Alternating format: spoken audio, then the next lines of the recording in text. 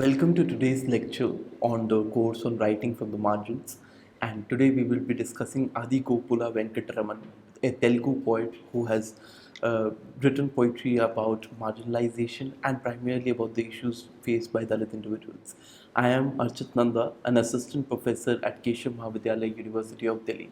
We will be reading Adigopula's poem Jasmine Creeper Under a Banyan Tree.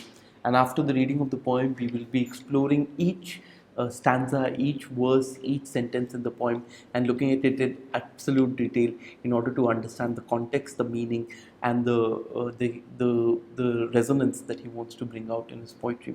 So first, I will read out the poem "Jasmine Creeper Under a Banyan Tree." We have no dearth of experience. Our body is too full of flood of humiliations.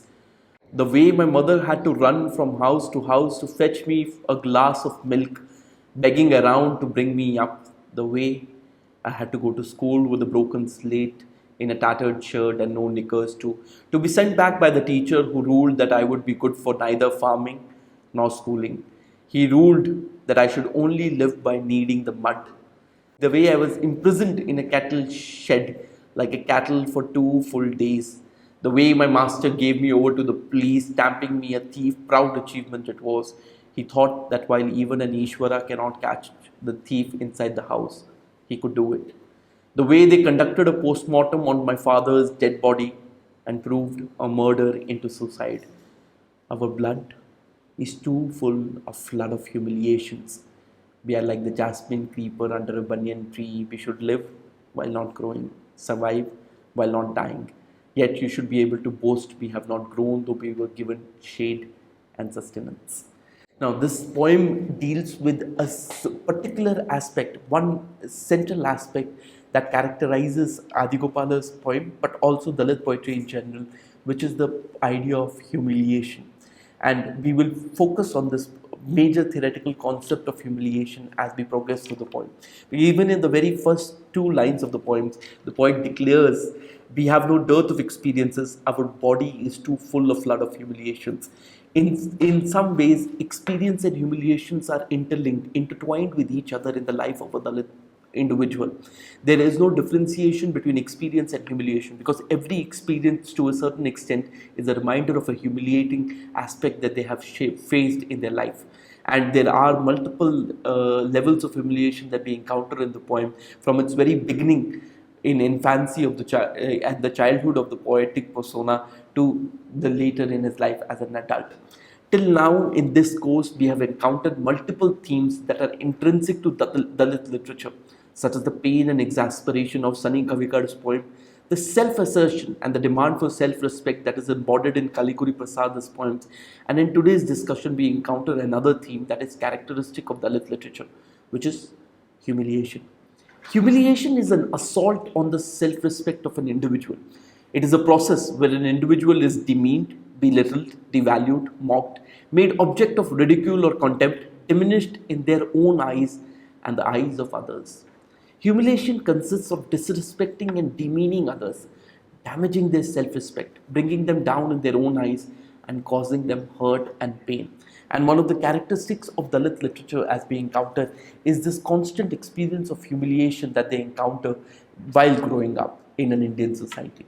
So, caste functions through a patronizing attitude of care and concern that works through hierarchy and oppression.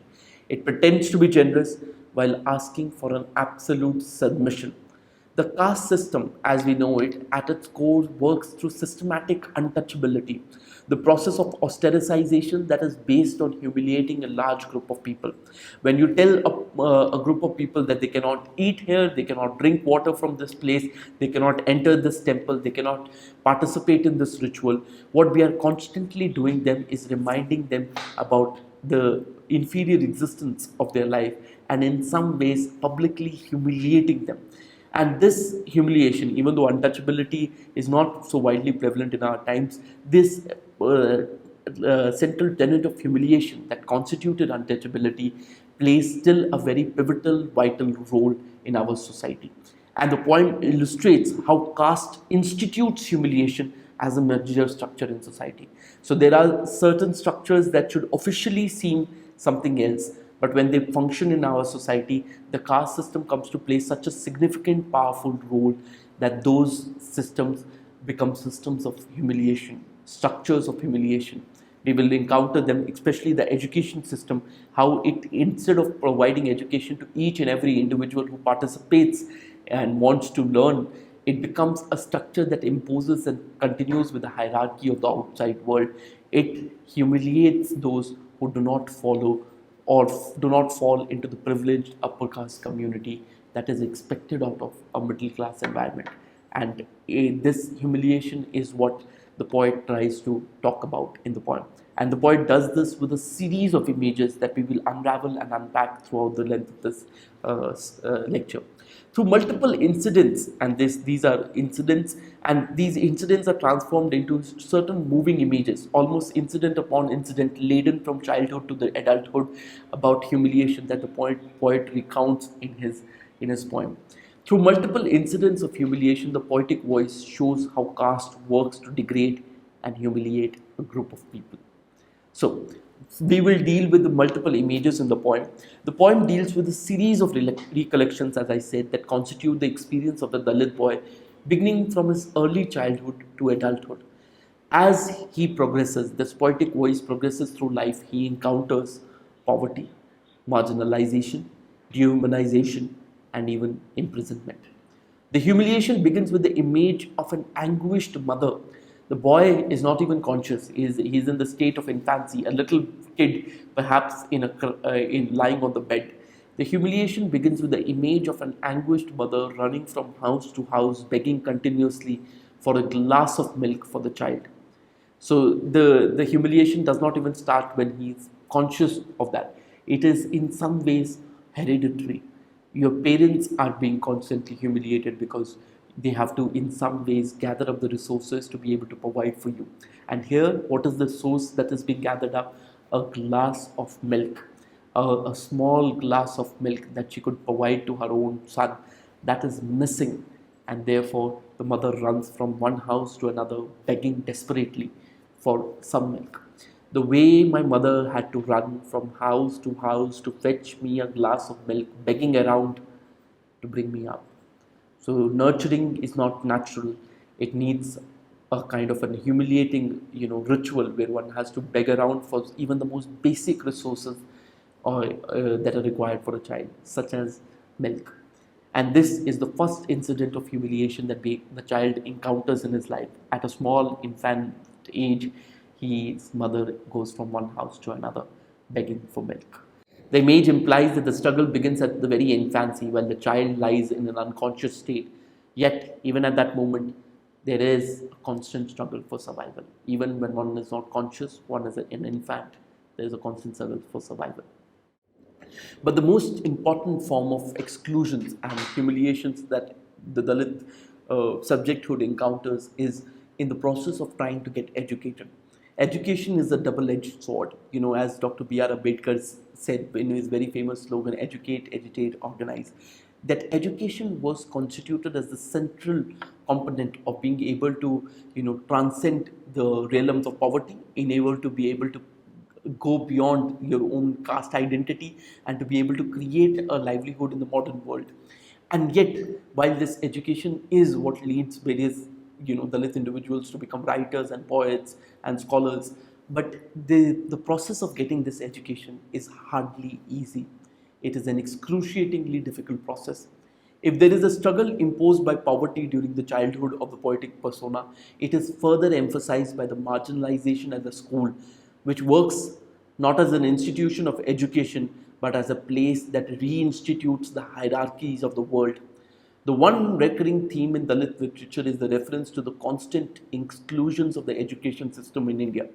While officially education is free and available to everyone, at least during their school days, but on the other hand, the implementation of the education system in India is always exclusionary. It always keeps some people outside the classroom, and if it is not able to keep them outside the classroom, it formulates a way and a method to humiliate them in the classroom itself. or in the school itself. And we encounter these instances of humiliation, not just in this poem, but throughout Dalit literature. I have some incidents with me. We have accounts of Dalit autobiography, especially the account of Om Prakash Valmiki's in our Om Prakash Valmiki's Jutan, where the school teacher compels the Dalit boy to clean the entire school courtyard. So here is a little boy, and he writes, Om Prakash Valmiki in his autobiography writes, how as a little boy, he goes to the school to get educated, but the teacher still treats him as a person from the lower caste and forces him to clean the entire school courtyard. And he takes a broom, instead of attending the classes, he takes a broom, sweeping across the courtyard and shedding tears in front of his teachers. Similarly, there are Dalit autobiographies where the Dalit children are forced to sit separately from the rest of the children or are not allowed to drink water from the common tap in the school.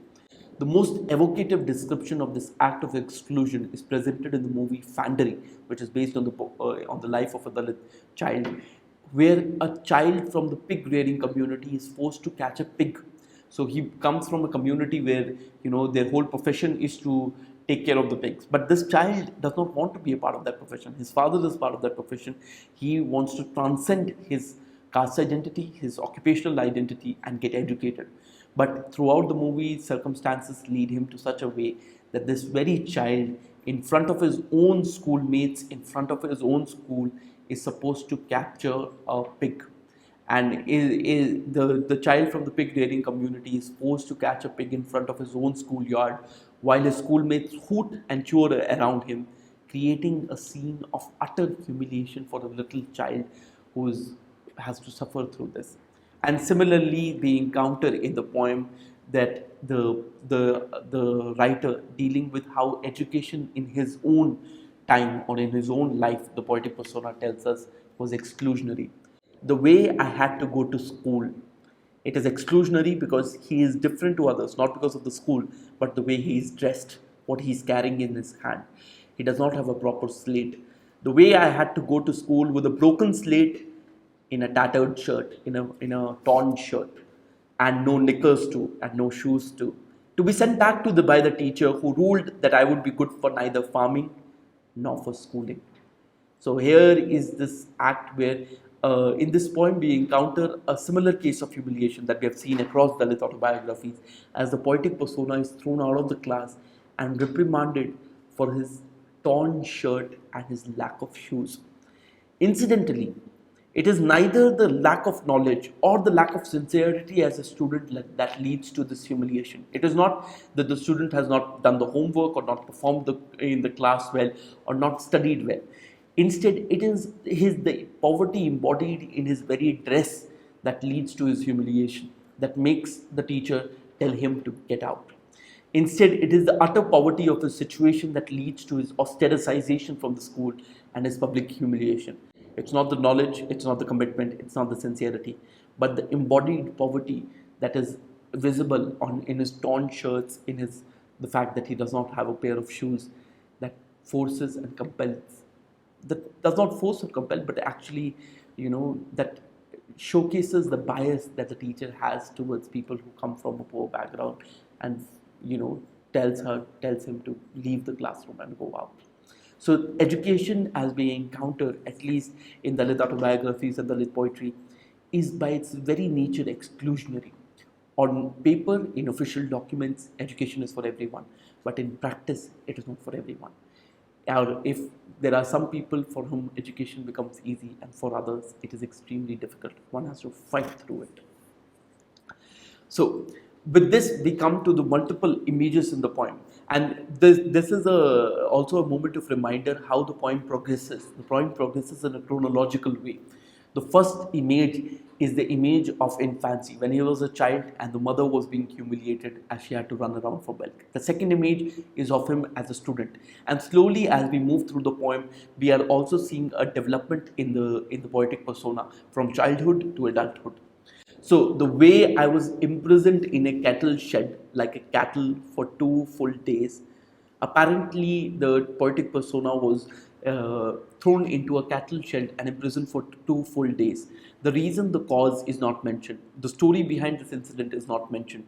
The constant emphasis in these set of images is about the incident and experiences that dehumanize an individual, where the individual is constantly denied the dignity that needs to be given to each human being. And these incidents where a Dalit individual is dehumanized, not treated as a human being, but as cattle, as an animal, are common throughout his life. And this particular image is symbolic of that, because literally he's tied into a cattle shed and is forced and compelled to stay there for 2 full days. The poetic persona narrates an incident where he was imprisoned like a cattle in a cattle shed for whole days, embodying the dehumanization that characterizes the Dalit experience.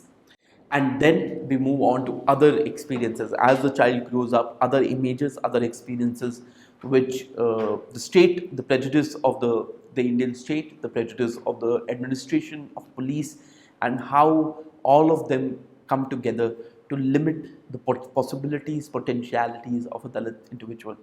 The way my master gave me over to the police, stamping me a thief, proud achievement it was. The image moves in a chronological fashion, as I've said, from early childhood of the individual to school days and finally to the days of employment. As an employee, the master gives away the poetic persona to police, declaring him to be a thief. Perhaps we do not know again the background history. Perhaps it is because of prejudice, perhaps it is because of jealousy, but in some ways the poetic persona encounters jail and is given into the hands of the police. Similarly, the encounter with state violence and police machinery is not incidental. This is not the first time it is happening in the life of a child. Instead, it is also inherited from the father. Like the rich upper caste young boys and girls inherit wealth, here what we inherit is violence and police brutality. Instead, it is also inherited from the father who was murdered by someone, and yet yet his murder was declared to be a suicide. The way they conducted a post-mortem on my father's dead body and proved a murder into a suicide. So this incident, this contact that the child has, this young man has with police, is not incidental. It's not out of the kind of a situation. It is a recurring pattern, a repeated occurrence in his life, in the life of his family, because that is what the Dalit individuality, the Dalit subjecthood leads him to. And here it is because of an employee who gives him away to the police as a thief. So, therefore, the poetic persona, and as we go throughout the point, we encounter this. The poetic persona suffers from poverty during childhood, mother going and trying to get milk. The poetic persona suffers from poverty during childhood, marginalization in his school days, as he's told to get out of the school, dehumanization in his adulthood, as he tied around as like cattle in a cattle farm, and violence through the hands of the state police. We do not hear the context or the story behind any of these multiple incidents. Instead, what we get is moments of trauma that have created an indelible mark on the consciousness of the poetic persona. We do not know why this happens, why there was poverty, why there was marginalization, why there was dehumanization, why there was violence. But what we encounter is that this constant humiliation has created an indelible mark, so that what remains in his mind is not stories but images, not the entire tale of what happened, but what he experienced in those intense moments of humiliation. These moments of trauma are merely the chronological recollection of the flood of humiliations that have contributed and shaped the life of the poetic persona. And the poet concludes the poem by transforming these humiliations and their relation to the larger society into a powerful image of jasmine creeper under a banyan tree. We will look at this image in detail and try to understand its various,